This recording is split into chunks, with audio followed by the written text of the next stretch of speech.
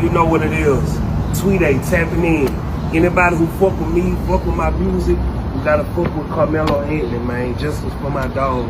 Website coming soon.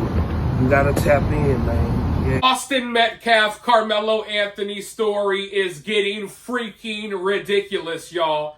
Apparently, now Karmelo's family and people associated with his family have found a new way to grift off of the senseless murder of Austin Metcalf. Apparently, they are now selling Karmelo Anthony t-shirts. And I kid you not, the t-shirt literally says, "Justice for Karmelo Anthony." I thought that Austin Metcalf was the one who got killed. I thought that Austin Metcalf was the one that needed justice, not the murderer, Karmelo Anthony. If anyone should be on a t-shirt, it should be Austin Metcalf. But you see, white people don't go out and make, t-shirts when their relatives die. It's not really a white people thing, but I do know one thing, though. A lot of Karmelo Anthony supporters, a lot of the evil racist people, some of which you'll see in the comment section below, a lot of them will be going to the empty mall, that little kiosk in the middle of the mall, and they'll be getting their airbrush t-shirts made. Because all of the people who are laughing and celebrating Austin Metcalf's death, they'll be burying some of their own soon. Look at statistics. Look at the numbers. These people in the comments with the most to say, all of these hateful people, they've made their fair share of t-shirts. And they're going to be making a lot more because that's the lifestyle they promote. And they're promoting it in this case.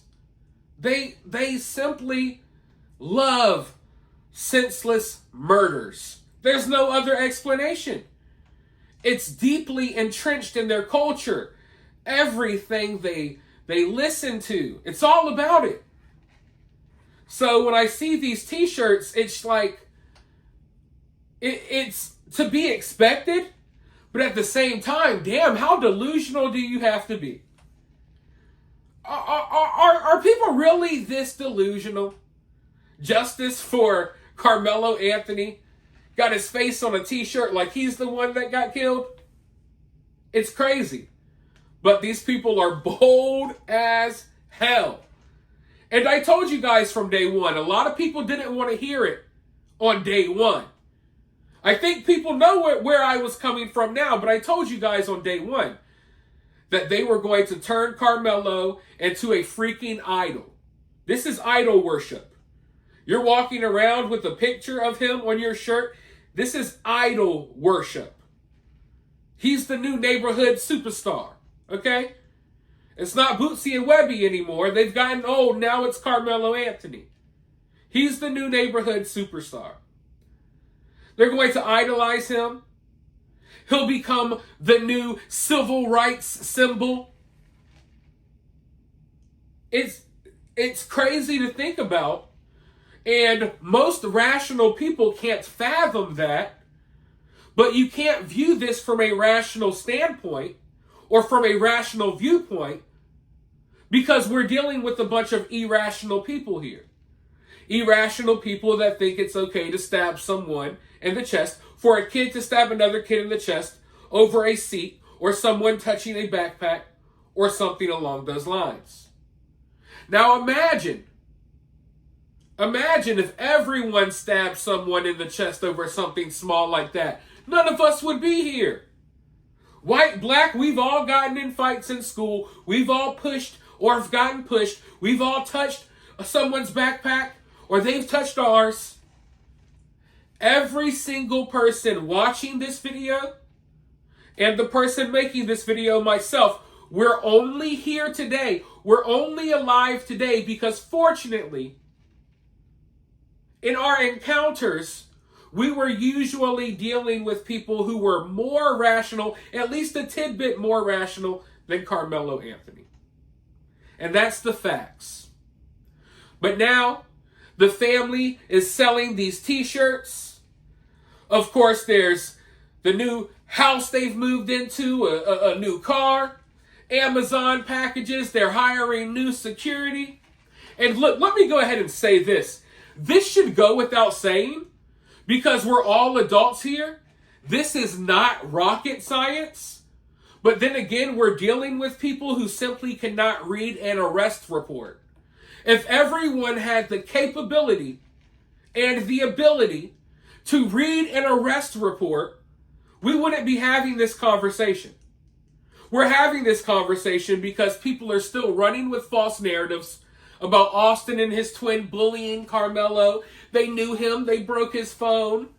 They were going around targeting black kids at the track meet. All of this fake stuff that's being spread. That's why we're still having this conversation. Because people are not smart enough to simply read the arrest report. Karmelo did not say any of these things that people are making up on the internet. But anyways, as far as these donations go, as far as the Give Send Go and the GoFundMe got shut down, but right now there's discrepancies over, has Karmelo's family touched the donations or have they not touched the donations? It's not rocket science. Karmelo's family knows they have this large lump sum of money sitting right there that they will be able to access soon. So they are using their own funds. They have basically fronted themselves some money that they plan on, basically reimbursing themselves with the money from the GoFundMe once it's released. So they're making purchases. They're making moves. They're doing all of this with the knowledge that they have this lump sum of money that is going to pay off these things in the long run. Let me put a down payment on a car. I'm going to pay it off with the GoFundMe money or the donation money. Let me do this. Let me make this move. And then I'll replace this money with the Give, Send, Go money. And one thing, a common misconception in this case, and I'll be all the way real. A lot of people looked at the Karmelo Anthony situation. They automatically assumed that he came from a broken household. You could say, well, is it because he's black? Well, statistically speaking, there's not a lot of fathers in black homes anymore. And we can have a conversation about that and what has caused that. I would say that, maybe there is some white people to blame for a little bit of that. Okay, cool. There was an agenda, and I still think it's ongoing, to separate fathers from the black household. So a lot of people look at a situation and they assume that it must be a broken household. But you also got to think, hey, Karmelo's a murderer. Why would anyone think that Karmelo came from a stable home? He's a murderer, right? But there's a common misconception that Karmelo must have come from a broken household and that they must not have much money. No, I've stated this multiple times in my videos, that Karmelo lived a privileged life. Karmelo's father was pretty well off and did what he had to do to ensure that he brought up Karmelo in the right way and tried to bring him up in a nice area. Karmelo's father went out of his way, busted his ass, doing whatever he did to make this money to ensure that Karmelo would not be exposed to the very people that are supporting his senseless act of violence now. Karmelo's father was moving into the white neighborhoods, into the gated communities, because he didn't want Karmelo interacting with the thugs who are donating to his GoFundMe or to his whatever his donation thing is. So no, Karmelo's family is not broke. Karmelo's family has money. Karmelo came from money, which is why it's even more disappointing seeing where he ended up. And instead of the black community acknowledging that, they're just going to defend the senseless violence, the mindless behavior. And then they're going to cry when their son or their daughter falls victim to this same senseless, mindless behavior. Okay? So Karmelo Anthony's family, they're making moves with their money, knowing that they got this lump sum of money that they're going to replenish their bank account with. It's not rocket science. It's not hard. But we're dealing with people who cannot form complex thoughts. They're not capable of critically thinking. Because if you're capable of critically thinking, you would come to the conclusion that what Karmelo Anthony did was wrong. And most of these people are not willing to do that. Instead, they'll defend this senseless violence because they view it as a slight to the white man, a jab to the white man, not realizing that they're setting themselves up, they're setting their communities up, they're setting their own kids up for failure. Because if you say it's okay to stab kids in the chest because someone touched a backpack, think about how many fights your kid got into at school. You want me to believe that everyone who watches this video, all of your kids are angels that ain't touching backpacks, that ain't pushing nobody, that ain't getting into any fights? So now you're sending the message it's okay to do this. So your kids are going to fall victim to it. The people who are supporting Karmelo, your kids are more likely to fall victim to this violence than people who are supporting Austin Metcalf. Because people who are supporting Austin Metcalf are teaching their kids that this violence is wrong, whereas y'all are teaching your kids that this violence is right. So when you look at the statistics and wonder, why are so many young black kids dying from violence at an early age, it's because of this mindset. And even Karmelo Anthony's family, his grandma. Now, grandma's going to support you no matter what. One thing I will say, I'm not happy with some of the moves that Karmelo Anthony's family is making. I feel like it's absolutely disgusting. Obviously not on their side, but I'm not going to fault them for being there for their son, because that's what a family is supposed to do. And Granny's got to support you no matter what. It doesn't matter what you do. Granny's got to support you, okay?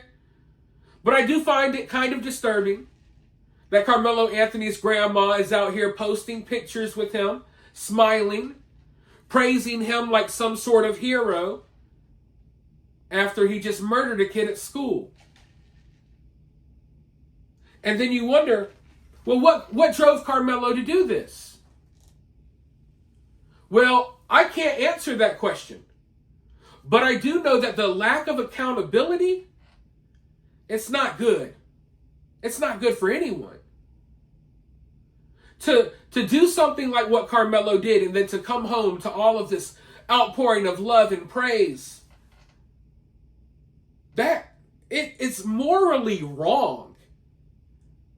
Anyone should be able to see that. And seeing them support what he did in this manner, it kind of lets you know why he felt like it was okay to do it. Because he probably felt like he could do no wrong. And that's a mindset that is pretty widespread.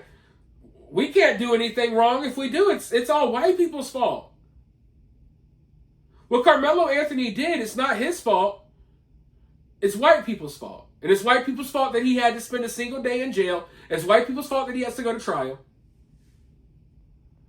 So I don't know. It was kind of disturbing seeing his grandma post these pictures of them together smiling. I understand you're going to be there for your grandson. You're going to support him. I'm not going to say there's anything wrong with that. Or you could say there's something wrong with that. I'm just going to try to be understanding, right? But the posting photos of him smiling after he got out of jail for murder and stuff, it's a terrible look. It's a terrible look to anyone who is capable of critically thinking. And it's not the message that you want to send to your grandson. It's not the message that you want to send to anyone out there. But at this point, folks, there's really no telling where this story is heading. I don't think there's really a cap on the levels of ridiculousness that this story can reach. So I'm going to continue to watch things play out. I'm going to continue to read the comments from people freaking out in the comment section below. While you're down there, though, let me know your thoughts about this video.